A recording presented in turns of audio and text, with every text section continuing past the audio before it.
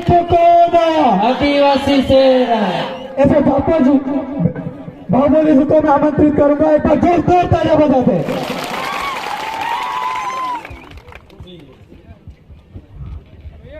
बहुत बहुत धन्यवाद। और यहां पर आप सभी को 9 अगस्त विश्व आदिवासी दिवस की शुभकामनाएं देते हुए, हमारे जो महापुरुष है उनको नमन करते हुए, इस पावन धरती को जहां पर ये आयोजन हो रहा है, आप सभी युवा साथियों को, माता बहनों को, हमारे बुजुर्गों को मैं सैल्यूट करता हूं कि आपने पहली बार में इतने शानदार तरीके से आयोजन किया। और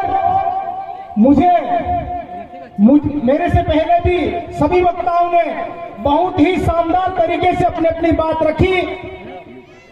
सभी ने लगभग सभी बातें बोल दी है, लेकिन मैं भी यहां पर आप सबके बीच शामिल होने का मुझे अवसर मिला, इसलिए अपनी बात रखूंगा। आप लोग सुबह से यहां पर आए हुए होंगे, बस मैं ज्यादा टाइम नहीं लूंगा, थोड़े से टाइम में अपना काम करके अपने घर चला जाऊंगा, क्योंकि मेरी बेटी की तबीयत ठीक है और नहीं भी है, लेकिन मुझे ऐसा लगा कि मेरी बेटी से ज्यादा बीमार मेरा समाज है, इसलिए मैं यहां पर आना मुझे अच्छा लगा, उचित समझा। साथियों, नीचे बैठ जाने, आप सबको मैं एक चीज कहना चाहता हूं कि ये जो पंचायत है, यहाँ के जो युवा सरपंच हैं राजू ओरे, जिसको आपने सब आशीर्वाद देकर यहाँ का सरपंच बनाया, राजू ने जीत की थी कि दादा मेरे प्रचार में आना, क्योंकि हम लोग भी पंचायत चुनाव में कहीं ना कहीं थोड़ी सी व्यस्तता था थी, नहीं आया। एक दिन जीत करने लगा, मैं फोन नहीं उठाता था तो दूसरे को लगाने लगा कि बोले दादा को बोलो कि एक वीडियो बनाकर भेज दे। और मैंने सोचा कि यार मेरे वीडियो से क्या होगा, तो राजू ने बोला दादा आपका वीडियो मैं गांव में चलाऊंगा। तो मैंने बोला अगर मेरे वीडियो से अगर तेरा काम होता है तो मैं बना के दे रहा हूं। शायद चलाया नहीं चलाया मुझे नहीं मालूम, लेकिन आप लोगों ने उसके लिए मैं या जितने दूसरे भी उम्मीदवार थे, मैं उनका विरोधी नहीं हूं जो चुनाव में हार चुके हैं, वो भी मेरे अपने लोग हैं। लेकिन राजू भाई एक नौजवान युवा साथी है जो समाज के लिए लड़ाई लड़ता है। मुझे लगा कि ये युवा अपने गांव का नेतृत्व सही ढंग से अच्छे तरीके से करेगा, उनसे इसका नंबर पहले नंबर पे आए, इसलिए मैंने राजू भाई के लिए वीडियो बनाया तो दूसरे उम्मीदवार नाराज न हो। और ऐसा नहीं है कि जिन्होंने राजू भाई को वोट दिया ये उनका ही सरपंच है, ये राजू पूरे गांव का सरपंच है। ये भेदभाव राजू अगर करे तो मुझे फोन लगाना, इसको सुधारने की मेरी गारंटी है। और इनकी टीम ने जिस प्रकार से शानदार आयोजन किया, युवा साथियों ने मेहनत की।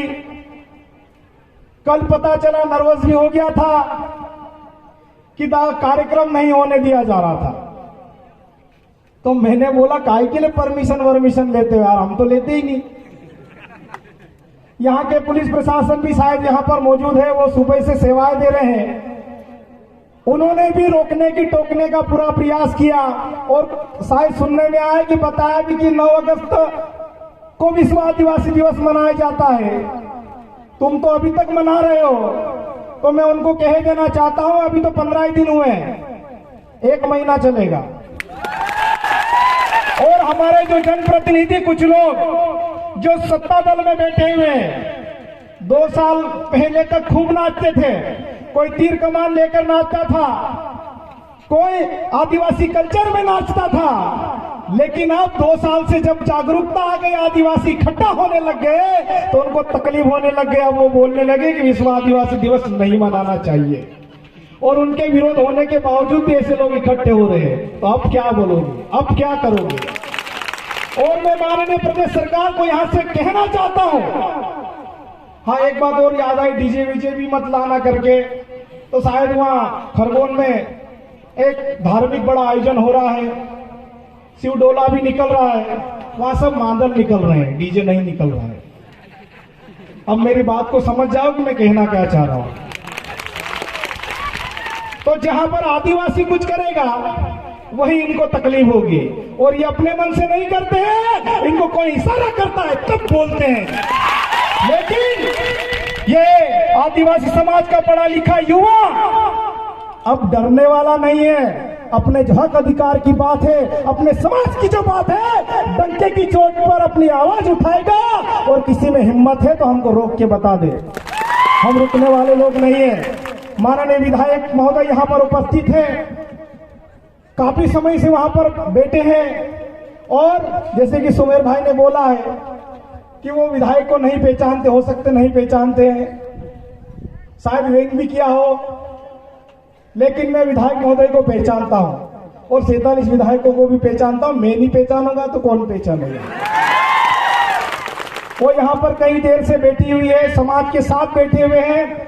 और हमारी जो विधायक महोदय हैं उनको मैं सैल्यूट करना चाहता हूं। एक आदिवासी नारी का एक सम्मान होता है, जो विशेषकर जो शादीशुदा महिला होती है अपने सर से घूंघट नीचे नहीं गिरने देती है। आपने भी देखा होगा कि आपकी जो विधायक महोदय है हमेशा सर पर साड़ी रखकर घूमती है। और जब स्पीच दे रही थी तो कई बार साड़ी नीचे गिर रही थी तो वापस वो अपने सर पे रख रही थी। तो मुझे बहुत अच्छा लगा, क्योंकि यही आदिवासी समाज की रीति है, यही आदिवासी समाज की संस्कृति है। इसलिए अब मेरी ओर से भी एक बार विधायक महोदय के लिए ताली बजा दी।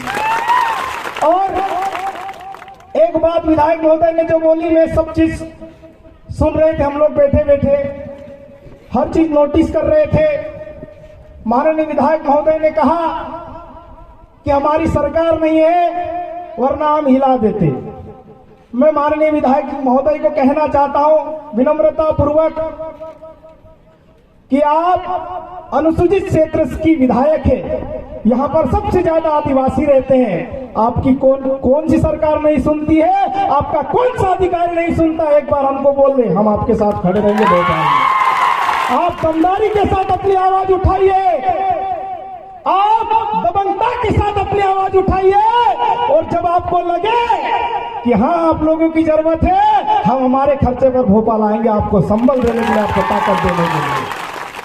साथियों, हमारे समाज के जो जनप्रतिनिधि है, सुमेर भाई ने एक बात बहुत अच्छी बोली है कि 47 विधायक आदिवासी नहीं है। मैं उस बात का समर्थन इसलिए कर रहा हूं कि वो आदिवासी विधायक इसलिए नहीं है, वो बोलते मैं तो बीजेपी का विधायक हूं, कोई बोलता मैं तो कांग्रेस का विधायक हूं, कोई बोलता मैं तो आपका विधायक हूं, कोई बोलता बसपा का विधायक हूं।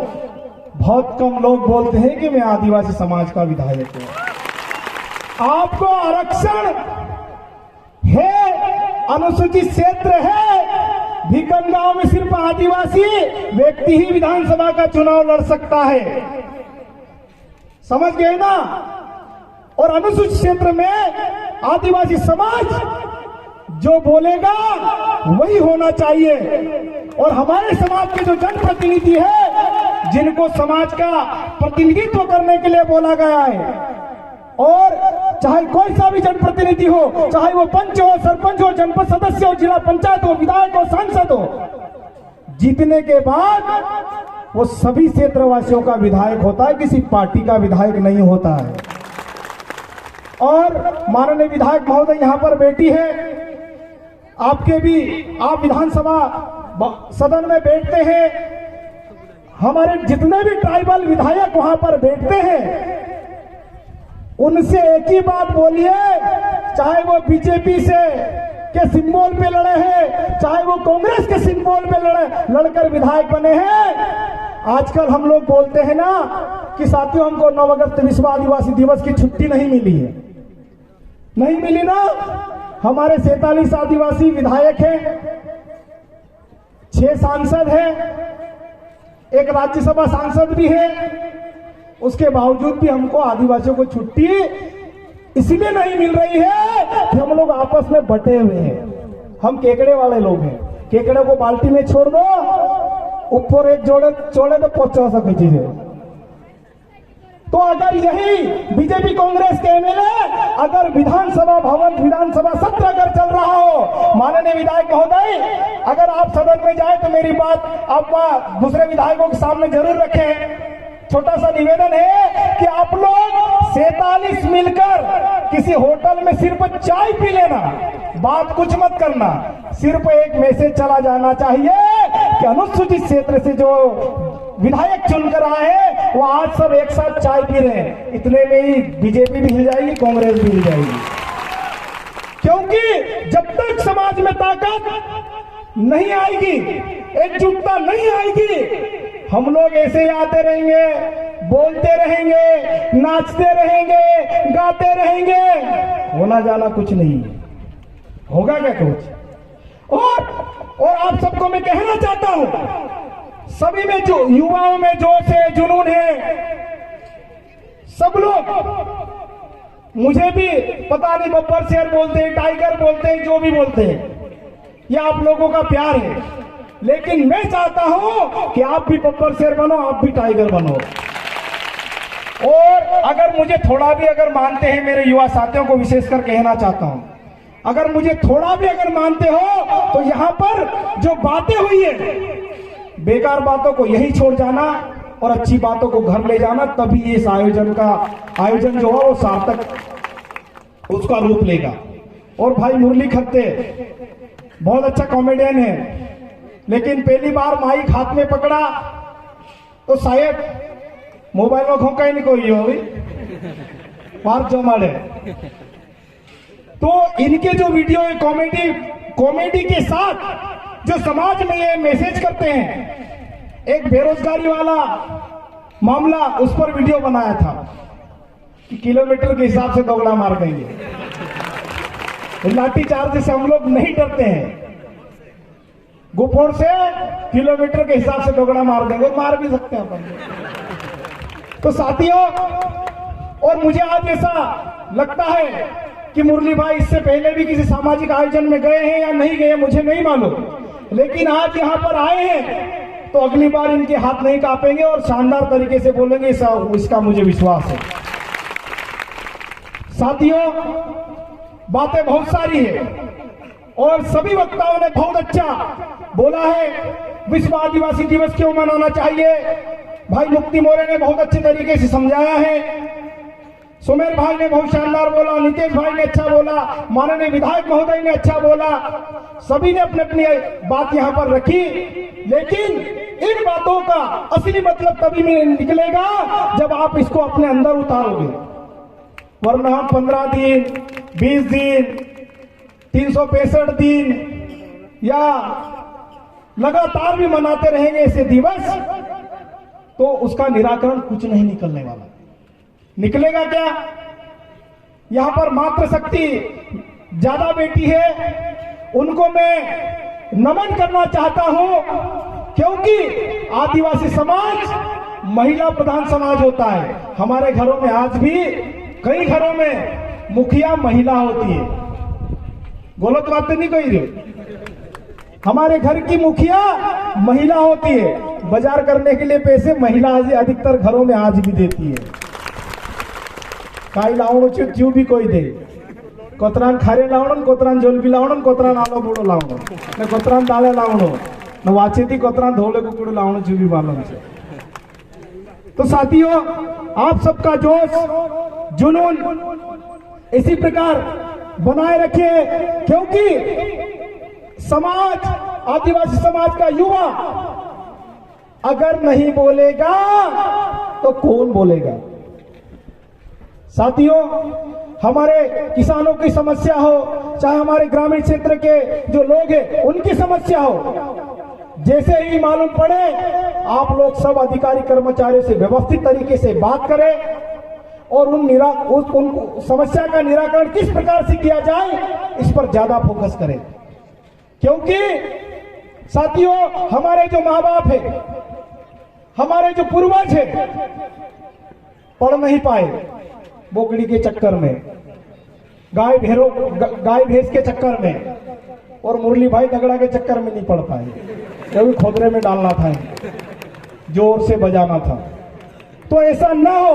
हमारे जो जिस प्रकार से गोपाल सर ने एक बात बोली है कि आईएएस अधिकारी यहां से निकलना चाहिए 15 साल बाद।